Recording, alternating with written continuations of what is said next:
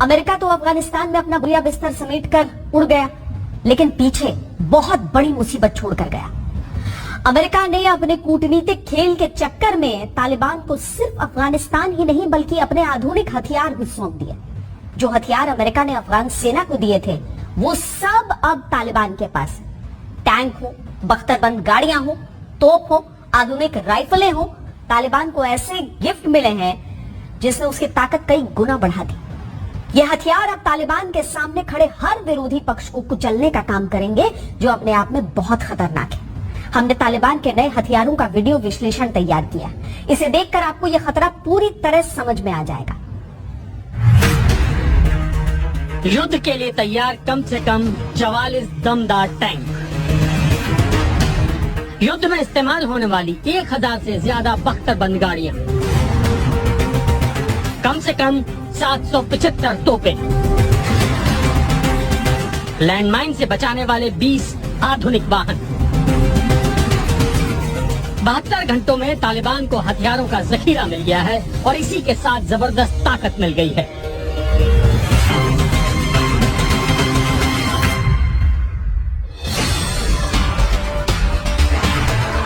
अब वो जमाना गया जब तालिबान को विरोधी सेनाओं की छोड़ी हुई राइफल्स के भरोसे काम चलाना पड़ता था। अफगानिस्तान में अमेरिका के पैकअप के बाद हजारों हथियार तालिबानियों की झोली में गिर गए हैं।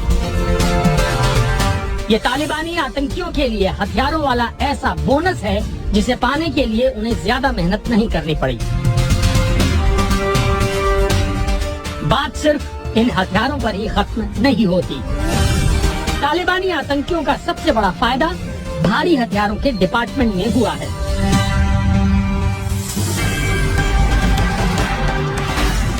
तालिबान के पास सिर्फ 1 या 2 टैंक को हाईजैक करने का पुराना अनुभव था, लेकिन अब इन कट्टरपंथियों को युद्ध में दहशत पैदा करने वाले टैंकों की पूरी रेजिमेंट मिल गई है। जाहिर है इसके भरोसे तालिबान अपना शासन, अपने तौर तरीके अफगानिस्तान पर थोप सकेगा। सैकड़ों बख्तरबंद गाड़ियां मशहूर हमवीज तालिबानियों के हाथ में आ चुकी हैं। इसका मतलब ये है कि तालिबानी आतंकी बिल्कुल उसी तरह से मूवमेंट कर पाएंगे जिस तरह की मूवमेंट सेनाएं करती हैं। इससे तालिबानियों की सैन्य ताकत पहले से कई गुना बढ़ जाएगी। तालिबान के पास आधुनिक हथियार नहीं थे, अब उसके पास अमेरिका के छोड़े गए हथियारों की विरासत उसको फ्री मिल गई है। अब तालिबान का मनोबल में जरूर इजाफा होगा, उसकी ताकत में इजाफा होगा। और अब जब तालिबान ने सरकार चलानी है और अब वो एक आतंकी संगठन नहीं, उसने सरकार चलानी है, अफगानिस्तान की हिफाजत करनी है, तो अब ये जो हथियार है उन्हें अपनी फौज खड़े करने में जरूर मदद मिलेगी। अब जब उसने जनरल एमनेस्टी की घोषणा की है तो जो पुराने उनकी फौज में लोग थे अब तालिबान की सरकार में अगर वो चाहते हैं तो वो आएंगे और ये जो हथियार हैं उनकी फौज की जो ताकत बढ़ेगी। तालिबान के तोपखाने में भी नई बहार आ गई है। सैकड़ों तोपें तालिबान के हाथ लग चुकी हैं। इन तोपों में अमेरिका की US-15mm M114A1 हवित्जर तोपें हैं। ऐसी 24 तोपें अमेरिका ने अफगान सेना को दी थी। और अमेरिका की मैक्स प्रो माइन प्रोटेक्टेड गाड़ियों को देखिए कि इनकी मदद से तालिबान पहले के मुकाबले और ज्यादा खतरे उठा सकता है, ज्यादा मारक ऑपरेशंस को अंजाम दे सकता है। तालिबान खुशकिस्मत है कि उसको विरासत में एक बनी बनाई 3.5 लाख स्ट्रेंथ की फौज मिल गई है जो वेल ट्रेन्ड है, वेल आर्म्ड है, और साथ ही साथ उसको एक एयरफोर्स भी मिल गई है जिसमें हेलीकॉप्टर्स भी हैं और हवाई जहाज भी हैं। उसको अनेकों बख्तरबंद गाड़ियां और टैंक्स वगैरह भी मिल गए हैं। ऐसे में उनकी शक्ति बड़ी जबरदस्त बढ़ रही है। इसका सबसे बड़ा फायदा होगा कि तालिबान जो है एक स्ट्रॉन्ग सरकार होगी जो पाकिस्तान और चीन के इशारे पर काम नहीं करेंगे, उनकी कठपुतली नहीं बनेंगे और अपनी सोच समझ के मुताबिक कार्रवाई करेंगे। अफगानिस्तान की भाग्य रेखा अब तालिबान को फोकट में मिले इन हथियारों के दम पर लिखी जाएगी। नोट करने वाली बात यह है कि तालिबान को ऐसे हथियार मिले हैं जो उसके पास पहले नहीं थे। आगे आने वाले कुछ हफ्तों या महीनों में इन हथियारों का असर देखने को मिलेगा। इस समय तो तालिबान ये साबित करने की कोशिश में है कि वो बदल गया है, वो खून बहाने के खिलाफ है। लेकिन खून के प्यासे हथियारों का इतना बड़ा जखीरा मिलने के बाद वो खुद को खून बहाने से कितना रोक पाएगा, ये देखना अभी बाकी है।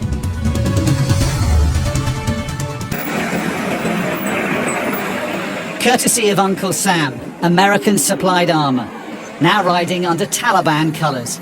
The spoils of victory being paraded by the new masters of Kandahar. An extraordinary sight in the city where their movement began and where they could now bask in triumph. Their ragtag desert army now mechanised, even with the odd helicopter. Propaganda gold for jihadists the world over. But they're not just playing with new toys. In Kabul, there are reports the Taliban is securing its grip, carrying out atrocities. We spoke to one Afghan in hiding because he'd worked as a translator. Anonymously, he relayed reports of Taliban squads moving through the city, hunting down anyone who worked with their enemies. They just killed 10 people in one street. They killed people anonymously and they just killed them during the night. 10 people were killed in the night. Yeah, 10 people were killed in the night. They were all working in the Afghan government. In Bagram Air Base jail, former inmates revisit the site of their incarceration. More propaganda showing the Taliban consolidating its control. Its leaders have made promises to the West on human rights, women, executions that aren't being kept. Analysts say it can't be trusted. It's not entirely clear that the Taliban knows exactly how they're going to govern. They seem to be a little bit surprised that they took the country as quickly as they did. But we also have to remember the Taliban have been sanctioned for their support for terrorist groups in the past. And while not necessarily the rank and file, many of the senior members of the Taliban are the heads of mafia and organized crime organizations. It's a criminally captured state. Outside banks, more queues of Afghans desperate to get their money out. It's been 2 days that we are here. There are a lot of problems. I request the authorities of the Islamic Emirate to reopen all the bank branches inside Kabul. The Taliban will need assistance to run the country. But if abuses go on, can Britain, America and others really have the stomach to help them? Dominic Waghorn, Sky News. Look at their new air defense capabilities. The first video is from the Kandahar airport. This one. It features two iconic pieces of US military hardware, the C-208 transport aircraft, which costs $2 million each, and the MD-530F helicopter, cost $2.4 million each. Both are now in the Taliban's hands. How many do they have? Well, we cannot say. Here's the second video though. This one is from the Herat airport. It shows the Taliban boarding two Mi-17 HIP helicopters. The lowest price for this aircraft is $16.4 million per unit. 16.4 million. Here's another video, again from the Kandahar airport. It shows the Taliban with two American UH-60 Black Hawk helicopters, cost $5.9 million each.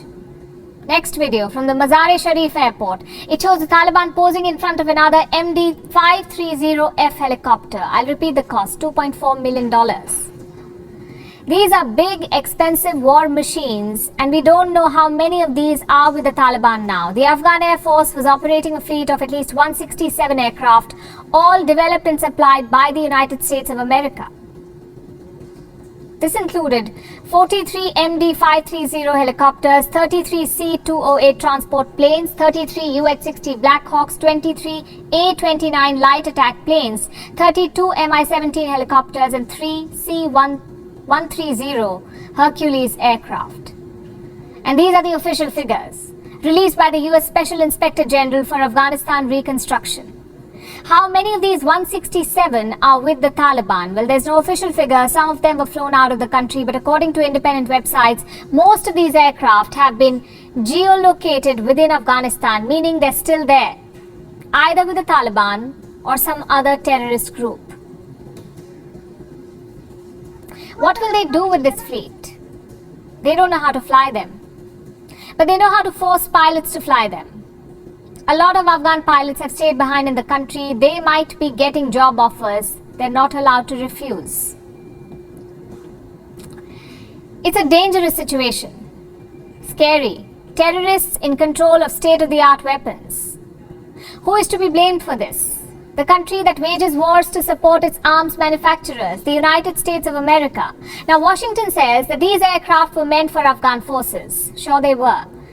But did the Americans really expect the Taliban to rule the country and not touch the American war chest? Last week, 69 US lawmakers wrote to President Biden asking him questions like these. Does he have a plan to ensure the Taliban do not get nuclear weapons? They haven't got an answer and they should not hold their breath. The fact is, America routinely arms terror groups. Wherever they go, whichever country they invade, their weapons always end up in the hands of non-state actors. In 2014, the US airdropped weapons and supplies in the Syrian border town of Kobane. The weapons were meant for Kurdish fighters. They ended up in the hands of the Islamic State. The ISIS even released a video thanking Washington for the gifts. 2019, an investigation in fact revealed that arms provided by the US to Saudi Arabia and the UAE ended up in the hands of Al-Qaeda and a variety of terror outfits in Afghanistan. You can look up the details on how exactly this happened.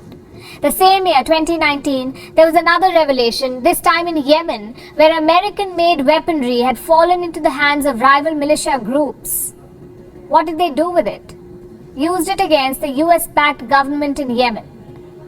The arms even flowed into Tehran, where US weapons were reportedly studied and copied by Iranian intelligence. Then they were provided to the Islamic Revolutionary Guards Corps. What for? To target American interests. I could go on, but you get the point. And here's the thing. It's true that wars are unpredictable. Sometimes weapons can end up in the wrong hands, but you can't make a habit of it.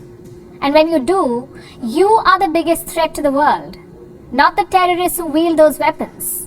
The United States is a repeat offender. It fails to control guns at home. It fails to safeguard its weapons abroad. Iraq, Syria, Yemen, Iran. American weapons have routinely fallen into the hands of terror groups and rogue nations. And now they have provided the Taliban with an air force in Afghanistan. Guess who poses the biggest threat to the world in the name of bringing democracy? Let me ask a question that everyone is asking. What has the US achieved after 20 years of war? What's the biggest highlight? They removed the Taliban from power to replace them with the Taliban. Plus, they gifted the Taliban an air force, a complete fleet and latest weapons. And if you think this is a one-off, then think again. The world over, America has armed terror groups, some by design, others by default. I'll start with the Taliban.